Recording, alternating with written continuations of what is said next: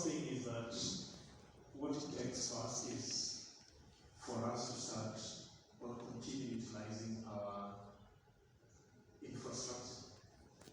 Now, and that means that when we are utilizing it, then we are able to continuously be the best of the breeds or among the best. Then it means that everybody else is attracted to it. That's one way of thinking about it. The second way of thinking about it is exactly what you're doing, sensitizing everybody else of the value of space technology, and why we should think about it and why we should invest in it. Now, when that happens, then it means that it's a center that attracts, in quotes, everyone. Now, because it's that critical center, then of course it becomes important for everyone.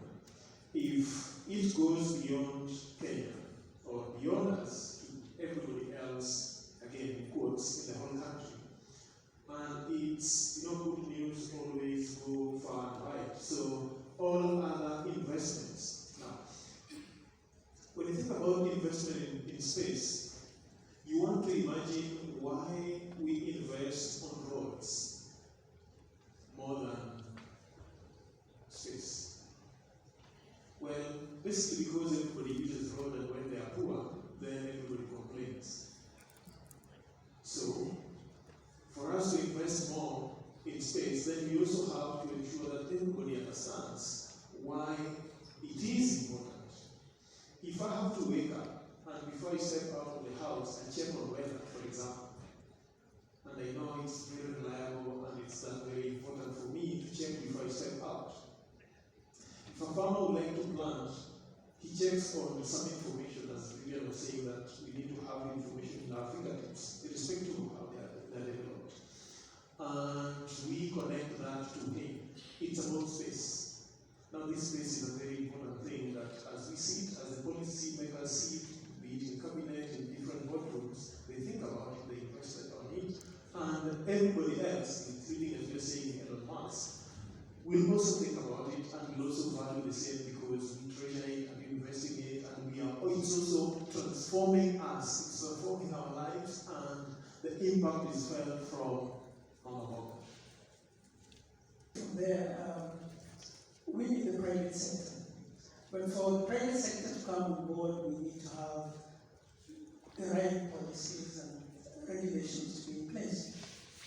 And I want to first acknowledge our board of directors, who we have not had an opportunity of acknowledging, and I hope we get an opportunity to do that, because one of the challenges they've thrown to us and the agency is that we need to develop the policy at the earliest.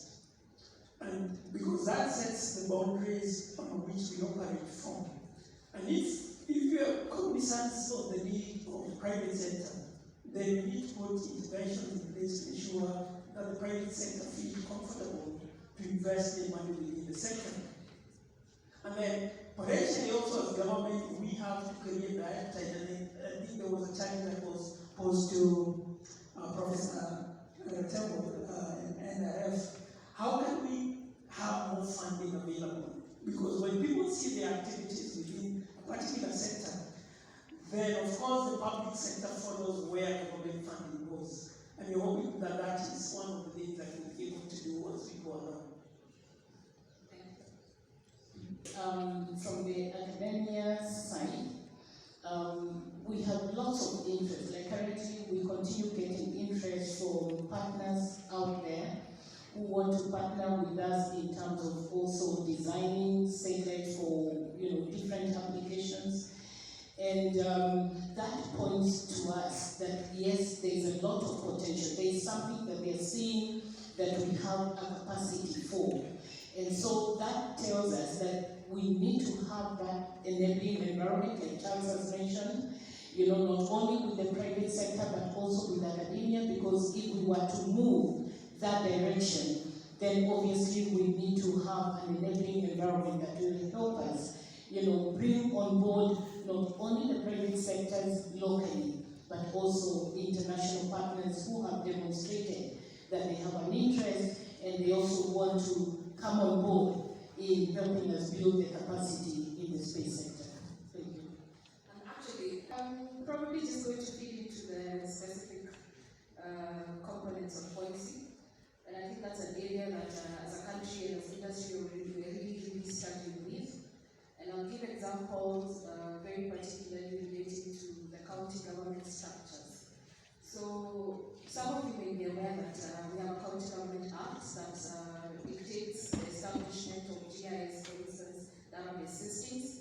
And these database systems, as an industry, probably will be developed from data sets that come from the Earth observation satellites, to be precise.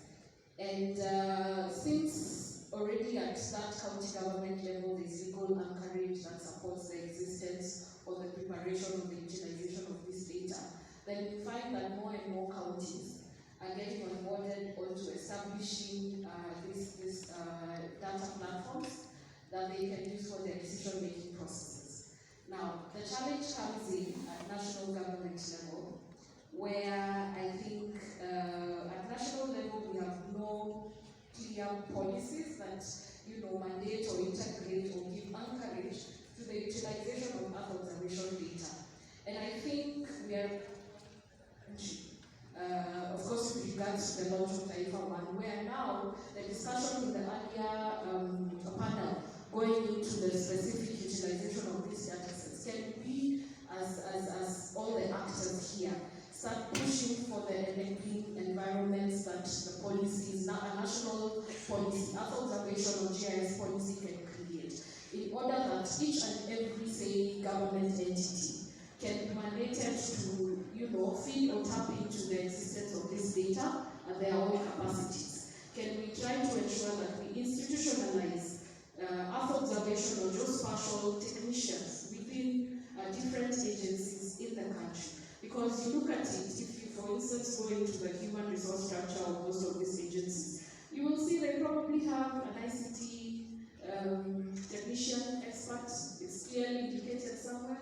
But for even some of the government agencies, such as those relating to agriculture or forestry or climate change, you will never see somewhere where there is a clear indication that this role, there is supposed to be a role that will bring on board maybe an Earth observation expert to help with the data or creation of data that is going to influence the decision-making processes in that specific sector. So this is a call really for us, and it's a good starting point to ensure that at every government level, and I think there's very good examples from the South African side, where I think the South African government has been able, through the space agency, has been able to ensure that they have access to Earth observation data, and they use this data to give each and every government agency in the country and develop applications that meet their needs. So really, I think that will just be my contribution to it. As we launch Taifa 1, let's start thinking around, or let's start pushing for creation of a national policy that is going to institutionalize and give encourage to utilization of this data.